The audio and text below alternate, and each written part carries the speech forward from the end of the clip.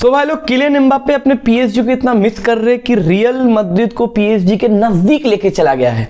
जी हाँ, अभी 24th position पे हम लोग हैं, मतलब 24 टीम क्वालिफाई करेंगे आने वाले राउंड के लिए और 24th में ही हम लोग हैं और 25th में हमारे पीएसजी है। तो किलियन एम्बाप्पे बहुत मिस कर रहे हैं अपने पुराने क्लब को और पुराने क्लब को हाई बोलना चाहते, तो अभी बहुत ही नज़दीक आ चुके हैं हम लोग।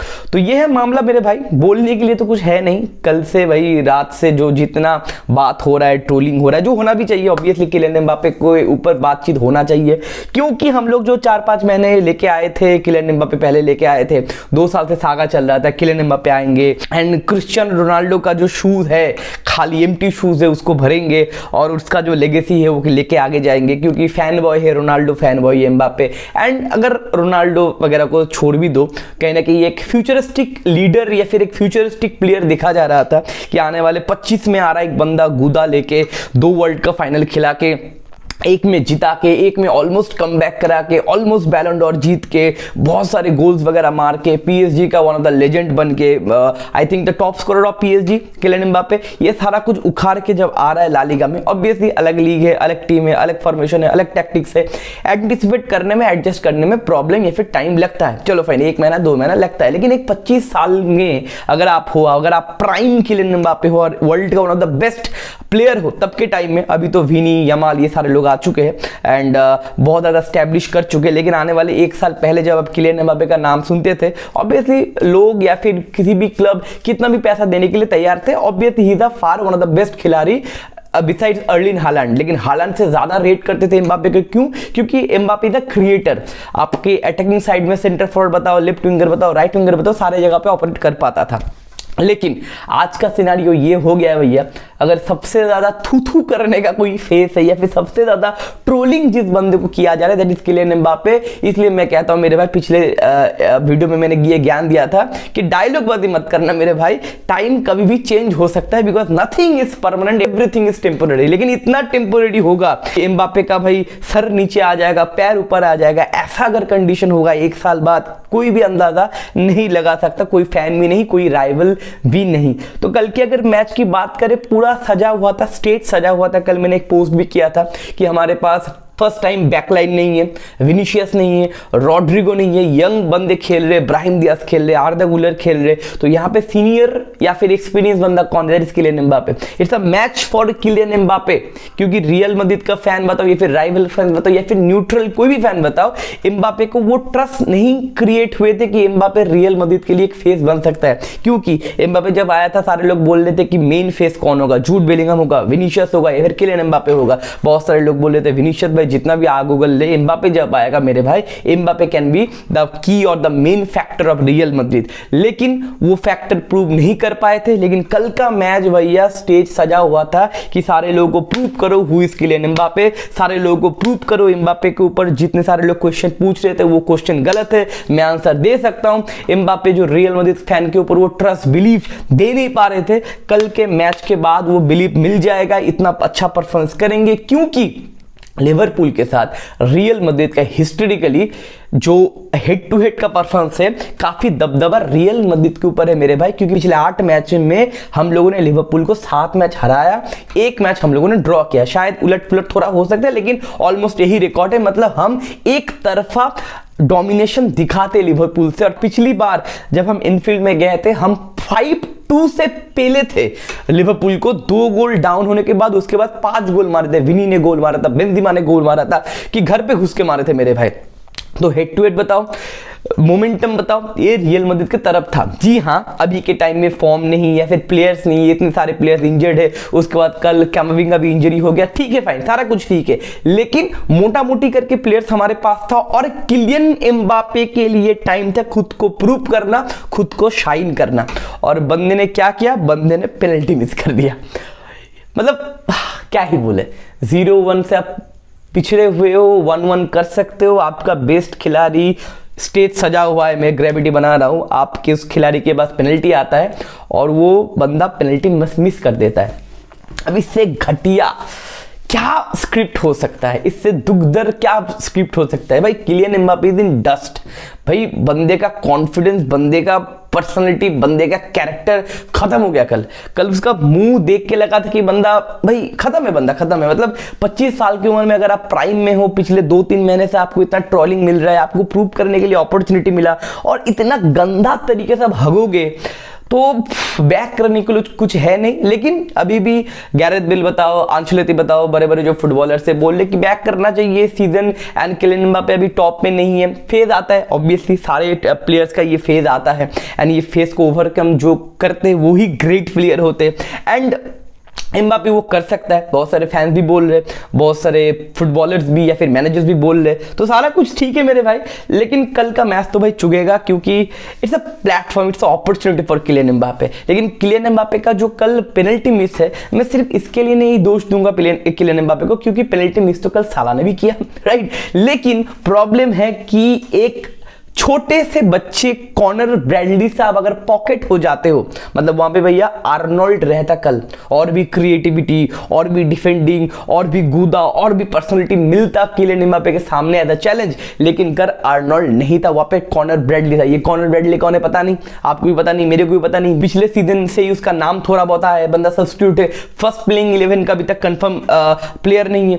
वो अगर किलियन एम्बापे को पॉकेट करता है मेरे भाई, तो क्वेश्चन तो भाई उठना चाहिए। लेकिन एक टैक्टिकली अगर मैं बात करूं, ये तो हो गया थोड़ा बैंटर या फिर रैंड वाला बात हो गया। टैक्टिकली अगर बात करूं, मैं आपके सामने ये पिक्चर दे रहा हूं कि भाई कल किसने बॉल ज्यादा कैरी किया।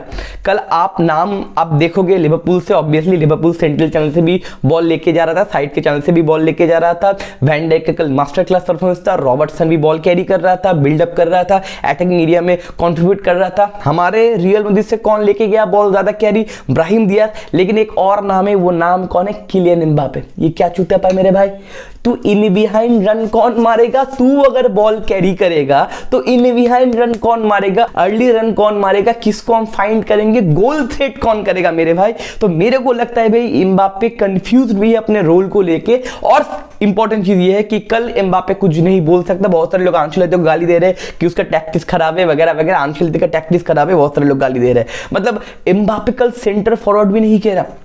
एम्बापे कल अपने फेवरेट पोजीशन पे, जो लेफ्ट विंग पोजीशन है उसका, जो out and out left winger है, उस पोजीशन में खेला। उस पोजीशन में खेल के भी अगर आप अपना बेस्ट गेम नहीं खेल सकते मेरे भाई, तो कब खेलोगे मेरे भाई, कब खेलोगे? 24 में पोजीशन पे लेके आ गए, एक और मैच हार गए तो यूसीएल से एलिमिनेट हो जाएंगे। यूसीएल से अगर ग्रुप स्टेज में एलिमिनेट हो गए तो भैया ऑल दो नहीं होने के चांसेस ही ज्यादा है, बाकी के 2 मैच हम जीत सकते। लेकिन इतने पीछे आप कैसे रह सकते हो मेरे भाई?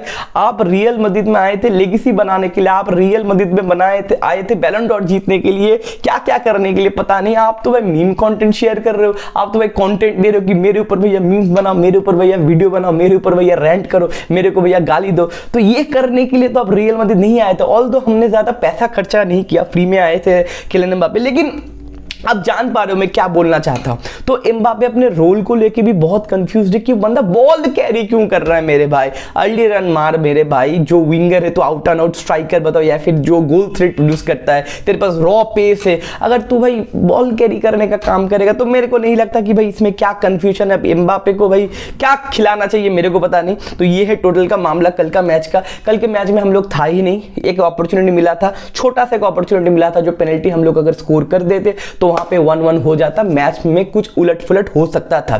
देखो अगर पॉजिटिव बात बोले, 2 पॉजिटिव बात बताएंगे। पहला पॉजिटिव बात कि हमारे पास एक सेंटर बैक आया है न्यू, दैट इज राहुल। बंदे को बहुत ज्यादा सॉलिड लगा। इतने हाई प्रोफाइल मैच में लिवरपूल के साथ आप खेल रहे हो एनफील्ड में, जिनके पास लुइस डियाज बताओ, साला बताओ, नूनू बताओ, गैक्पो बताओ, इतने सारे अटैकर्स है, और इनफील्ड में यू नेवर वॉक अलोन। ऐसे प्रेशर सिचुएशन में इतनी कूदा तरीके से कैरेक्टर दिखाया रूडिगर के साथ, एक पॉजिटिव पॉइंट था।